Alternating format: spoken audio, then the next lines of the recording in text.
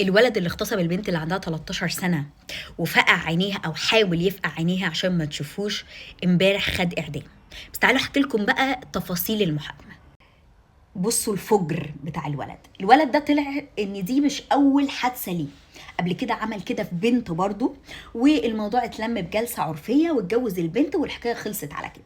فقال لك طب ما هي سهله، اي بنت تيجي في طريقي او انا اشتهيها او ابقى عايزها اغتصبها، وايه اخرها حته ورقه وخلصنا على كده. واي بنت هتخاف من الفضيحه واهلها مش هتبقى عايزه حد يعرف عنها حاجه ويسطروها وخلاص. بس الصراحه البنت دي ب100 راجل، لان جوزها متوفي ومع ذلك قدرت تقف له وتاخد حق بنتها. اولا بشكر القضاء على سرعه الانجاز، احنا في وقت قياسي تم الحكم على الولد، وتم الحكم عليه بالاعدام مش ب5 سنين و6 سنين زي ما كنا بنسمع، لا.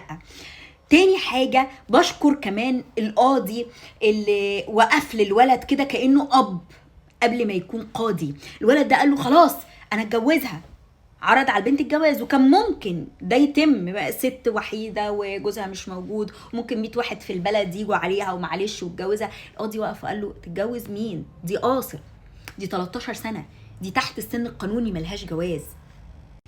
الفاجر، أنا أسفة على اللفظ، الفاجر يقول للقاضي ايه؟ دي كانت موعداني، دي جايب مزاجها، كانت موعداني الساعة 8، بالرغم من ان الطب الشرعي قال ان تم الاعتداء الساعة 6 على البنت، فهو كداب.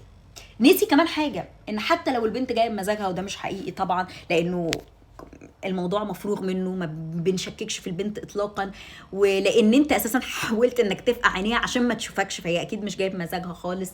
يعني كل الكلام كدب في كدب، هي برضو قاصر، فانت برضو اللي مسؤول، فانت برضو الجاني، فانت برضو المدان. يعني مش مكفيه كل اللي حصل، لا ده واقف كمان يبوظ سمعة البنت اللي هي لسه ما طلعتش للدنيا. والدة الضحية بتقول ده واقف يضحك من تحت لتحت وعارف اخرها لا هيحصل، يعني هاخد ايه يعني.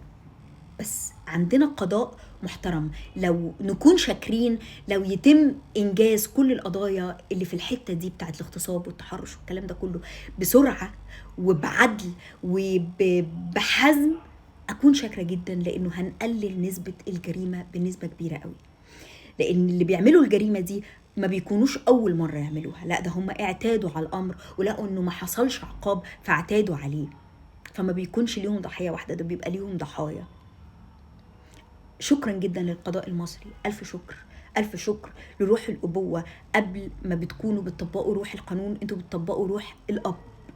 شكرا ليكم، وإن شاء الله إن شاء الله إن شاء الله نلاقي في تطور ملحوظ في سرعة إنجاز القضايا وفي الأحكام القضائية الخاصة بالحاجات اللي زي كده إن شاء الله.